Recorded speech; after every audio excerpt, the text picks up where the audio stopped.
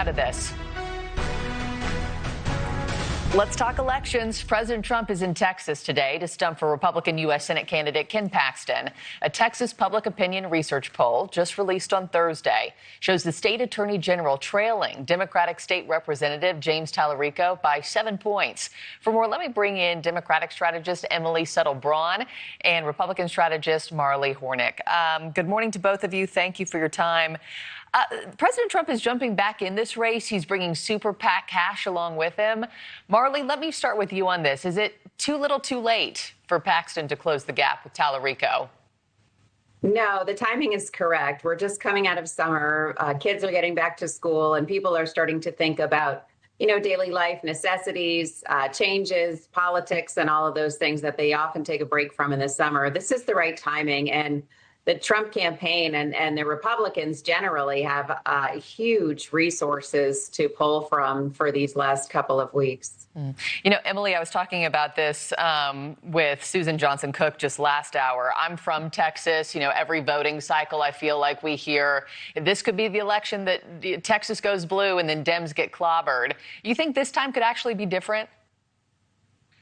I do. I think if you want to understand this race, you got to look at the ad spending. Tallarico's put more than $25 million into this race on the air since May. Meanwhile, the Paxton campaign has only spent, I believe, under $250,000. And it kind of contrary to my co-panelist's point, we're actually at the point where ad spending really matters, and the inventory is shrinking.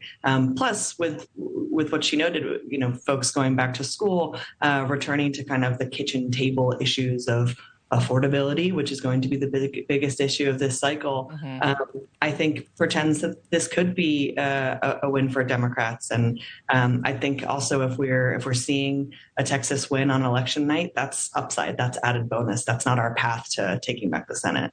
Marley, unpack that a little bit more, just with Emily talking there about the war chests and what have been spent so far. What do you make in the disparity of spending? I mean, why has Paxton spent so much less? Do you think he was banking on name recognition, or what's your read? I mean, I think that's likely that they were just assuming that Texas was so red they wouldn't have to fight. But I don't think there's a problem with Tallarico having spent a lot on advertising, because his advertising has been so duplicitous. I mean, the things that he's speaking about are exactly counter to the proposals he's making on affordability. The Democrat platform generally is totally counter to affordability. It's all about the government spending more money and the government getting bigger. And I don't believe that's what Texans are ultimately going to vote for. And obviously his radical views on transgenderism and faith are way out of step with the majority of Texans. And staying in Texas, while Tallarico leads Paxton, things are actually flipped when it comes to the governor's race there, with Republican Governor Greg Abbott leading Democrat Gina Hinojosa by 7 points.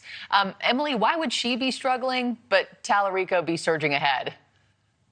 I mean, I think you're seeing a potential split ticket here, where you may have Republicans show up for Abbott, but not for Ken Paxton because he is so deeply unpopular. I think you're also seeing a real referendum on Trump, and you had six Trump endorsed candidates, I think, that lost her in the primaries. So I think this is a very typical politics that you could have that kind of a split ticket, and popularity for a governor who's already been in office.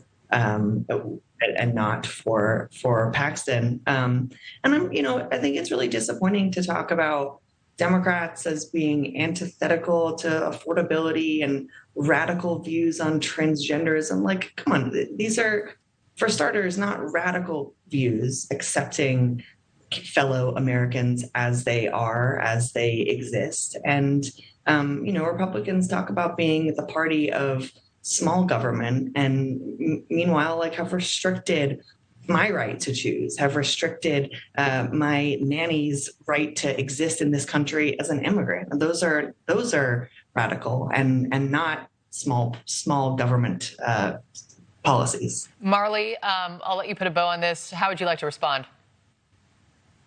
I don't know where to start. I mean, how can you have Medicare for all and save money? The only thing that has happened to American taxpayers' wallets since Obamacare is that more and more money has poured out of them into a system that is supposed to protect everyone equally, but it just ends up emptying out the middle class coffers.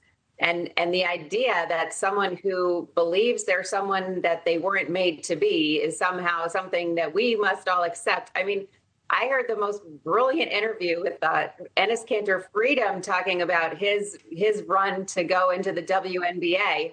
You know, he's happy to leave that bid as soon as they're willing to describe what a woman is.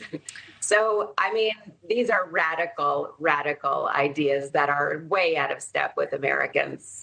Marley Hornick, Emily Suttle Braun, I got to end it there. Thank you both for your time this morning. Have a wonderful weekend, and we'll see you again here soon. Appreciate it. Well, a federal judge has again stopped President